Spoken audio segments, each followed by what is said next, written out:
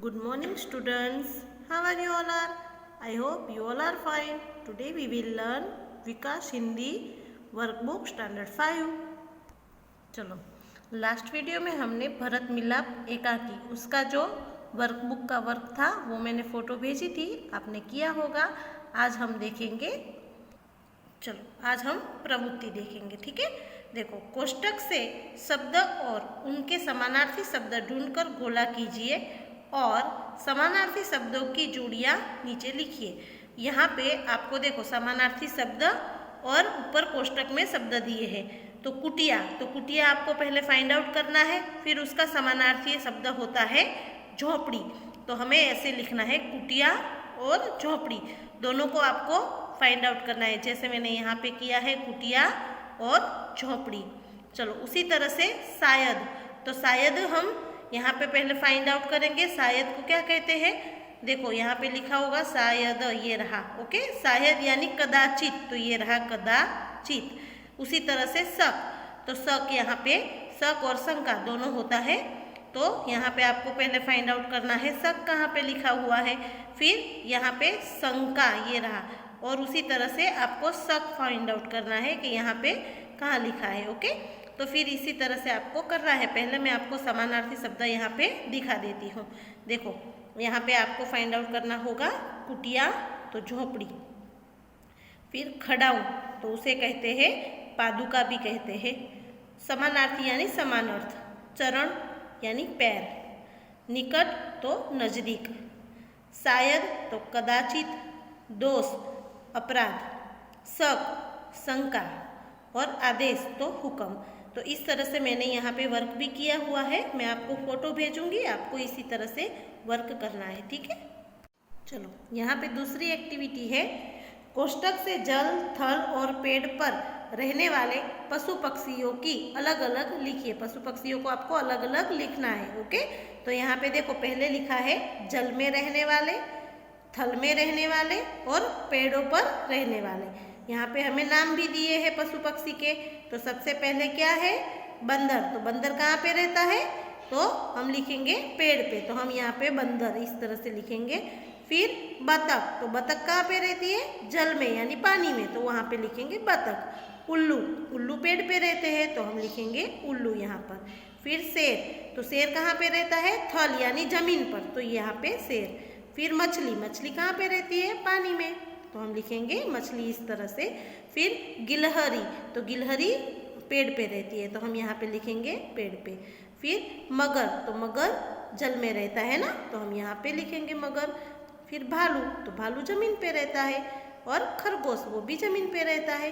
तो इस तरह से आपको आपकी बुक में लिखना होगा. ठीक है, चलो अब आगे देखो. यहाँ पे कोई भी रैपर यहाँ पर चिपकाइए और उस रैपर के आधार पे प्रश्नों के उत्तर दीजिए. देखो यहाँ पर मैंने बालाजी वेफर्स जो आती है उसका रैपर चिपकाया हुआ है, और उसकी आगे का नाम जो होता है वो, और उसके पीछे जो डिटेल्स होती है वो मैंने चिपकाई है.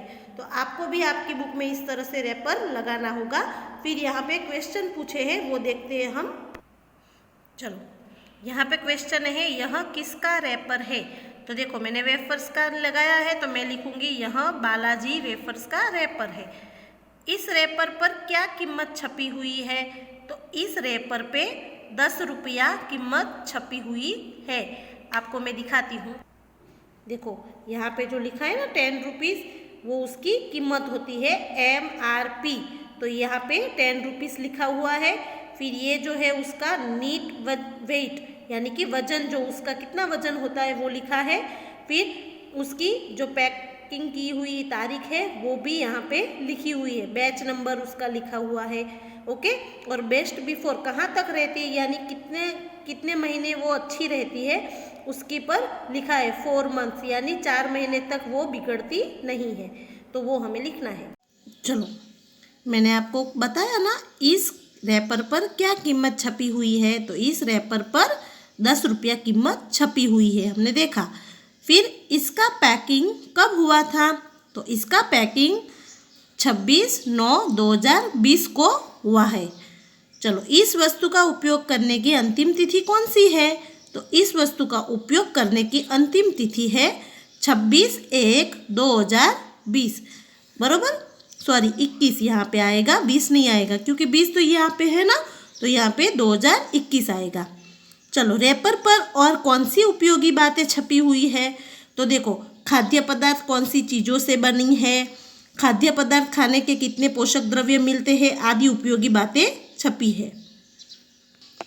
चलो, कोष्टक से सही शब्द चुनकर संकेत के नीचे लिखिए। यहाँ पे आपको देखो संकेत दिए गए हैं, आपको कोष्टक में से चुनकर सही संकेत यहाँ पे नीचे लिखने हैं। आप जब भी रोड पे जाते होंगे या कहीं पे बाहर घूमने जाते होंगे तो आप ऐसे संकेत भी देखते होंगे, है ना। तो चलो, यहाँ पे ये जो संकेत दिखाई देता है आपको पिक्चर, वो किसका है? तो हॉस्पिटल, जहाँ पे हॉस्पिटल होती है आसपास तो ऐसा संकेत दिखाई देता है हमें। फिर ये है रेलवे क्रॉसिंग आरक्षित, यानी कि वहाँ पे रेलवे क्रॉसिंग है और उधर जाना ठीक नहीं होता तो रेलवे क्रॉसिंग लिखा हुआ है आरक्षित, यानी कि जो सुरक्षित न हो ऐसा। फिर यहाँ पे देखो एक जो मानव है वो पैदल चल के जाता है, यानी कि पैदल यात्री क्रॉसिंग, ओके। फिर यहाँ पे देखो आप देख सकते हो साइकिल दिख रही है ना आपको, तो साइकिल क्रॉसिंग, इसे क्या कहते हैं? Cycle crossing. चलो, इसे कहते हैं साइकिल क्रॉसिंग। अब यहाँ पे देखो सूचना अनुसार लिखिए, यहाँ अपना नाम लिखिए, तो आपका नाम जो पूरा है वो आपको लिखना है। अपने गांव शहर का नाम लिखिए, जो है शहर, जैसे विथोन है तो हम लिखेंगे विथोन, नखत्राणा है तो नखत्राणा, उसी तरह से। अपने दोस्तों के नाम लिखिए, यहाँ पे आपको क्या करना है, आपके जो भी मित्र है उनके नाम आपको लिखना है। जो लड़की है वो उनकी सहेलियों के नाम लिखेंगी, ठीक है। किन्हीं 4 नदियों के नाम लिखिए, तो देखो यहाँ पे मैंने लिखा है गंगा, यमुना, ब्रह्मपुत्रा, गोदावरी। चलो, अब नीचे किन्हीं 3 पर्वत के नाम लिखिए, गिरनार, हिमालय, नंदा देवी। इस तरह से हमें 3 पर्वत के नाम लिखे हैं। चलो, अब हमें यहाँ पे समझा रहे हैं, किसी व्यक्ति, स्थान, वस्तु के नाम को हम क्या कहते हैं? संज्ञा कहते हैं। उनकी जाति का निर्देश करने वाले शब्दों को भी हम संज्ञा कहते हैं। देखो यहाँ पर आपको संज्ञा किसे कहते हैं उसके बारे में समझाया है, ठीक है। अब यहाँ पे देखो, निम्नलिखित वाक्यों से संज्ञा ढूंढकर उसे रेखांकित कीजिए और सामने लिखिए। यहाँ पे हमें एक सेंटेंस दिया है, जैसे सतीश होनहार लड़का है। यहाँ पे हमने देखा संज्ञा किसे कहते हैं? किसी व्यक्ति, स्थान या वस्तु के नाम को संज्ञा कहते हैं। फिर उनकी जाति का निर्देश करने वाले शब्दों को भी हम संज्ञा कहते हैं। तो जैसे सतीश है वो लड़के का नाम है और लड़का वो उसकी जाति है, तो हमें रेखांकित कीजिए, यानी कि हमें उसमें नीचे लाइन ड्रॉ करनी है इस तरह से। चलो, अब नीचे दूसरा सेंटेंस देख सकते हो आप, गंगा हमारी पवित्र नदी है। तो गंगा नाम है और नदी उसकी जाति है, यानी कि वो एक स्थान भी है, तो हम लिखेंगे यहाँ पे गंगा और नदी। चलो, गिरनार गुजरात का बड़ा पर्वत है, तो यहाँ पे जो गिरनार है वो नाम है, तो हम लिखेंगे गिरनार। फिर पर्वत, वो बड़ा है, पर्वत है, इसलिए हम यहाँ पे लिखेंगे पर्वत। ये दोनों संज्ञा हुए। हमारे देश का नाम भारत है, तो देश की बात की है और नाम क्या है? भारत, तो देश और भारत ये दोनों संज्ञा है। अवेस्ता पारसियों का धर्म ग्रंथ है। अवेस्ता जो है वो एक नाम है, तो वो लिखेंगे, और धर्म ग्रंथ की बात की है तो हम लिखेंगे धर्म ग्रंथ। इस तरह से आपको भी आपकी बुक में नीचे अंडरलाइन करनी है और यहाँ पे ऐसे लिखना है, ओके।